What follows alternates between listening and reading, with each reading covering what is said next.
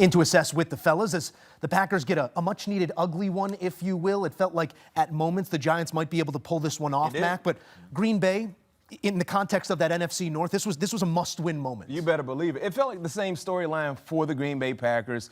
Offense a bit stagnant, playing around with your food against a lesser talented team and finding a way to lose this ball game. But they found a way to win. And hats off to Jordan Love. He was battle tested. He left the game for a few plays, came back in, made things happen. But we're still not seeing the Jordan Love type numbers we thought we would see in this offense. But he had enough today, 174 yards through the air, 2 big-time throwing touchdowns, and they were perfect in the red zone, 4 for 4 in the red zone. That was the deciding factor in them winning this ball game, along with making the timely, necessary plays on the defensive side to be able to come out on top. Yeah, when this team is successful, it's all predicated off the run game.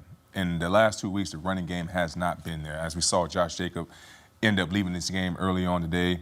And Jordan Love, he's like one of those rhythm quarterbacks, play action, get him out on the run. And when that running game is not available, it seemed like it's a little bit too much on his plate. The offensive line is not able to protect for him as cleanly if he's just dropping back and passing the football. So this Green Bay team, their defense is going to continue to play outstanding, continue to get those stops.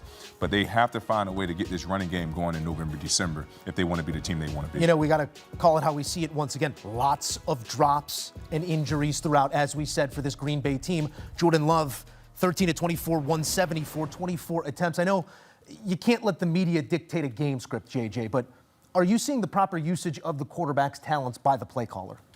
Yeah, I'm not entirely sure, and I think that Pat hit on it really well. When you lose a Josh Jacobs, is this a team led by Jordan Love where he can just sling it all around the yard and get 350 passing yards without having Josh Jacobs? I'm not entirely sure that is going to be the case. This is also a Packers team that sort of plays down to their opponents, or I should say they will play up in bigger games and they will play down to their opponents in lesser games. We saw them lose to the Carolina Panthers just a couple of weeks ago. Every time that you're like, oh, the Packers should blow this team out, then they don't do it because the Giants have an interim head coach. They're on a quarterback who was the third string a few weeks ago. They don't have their number 1 or number 2 wide receiver. They don't have their mascot in Cam Scatterbo back there. And so the fact that the Giants, they didn't get a lucky 20 points, by the way. They continued to convert on 4th downs. They had 9, 11, 15 play touchdown drives on this Packers defense.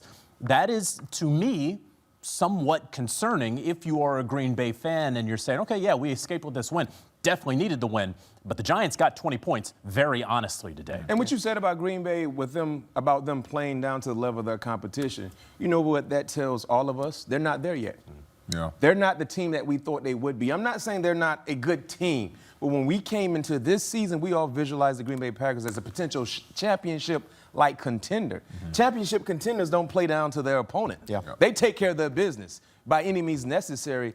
They were able to do so today, but to your point, JJ, over the last few ball games, the Carolina Panthers, Cleveland Browns, they played down to their opponent and they lost. I also think we were seeing and will continue to see the effects of no Tucker Kraft in this offense. He has been the most potent part of that passing attack, even though you had a young receiver in Golden and you got other guys like Dobbs and Watson. Most consecutive games with 20-plus points in a loss. The Giants, 2-9 start in consecutive seasons for the first time in franchise history.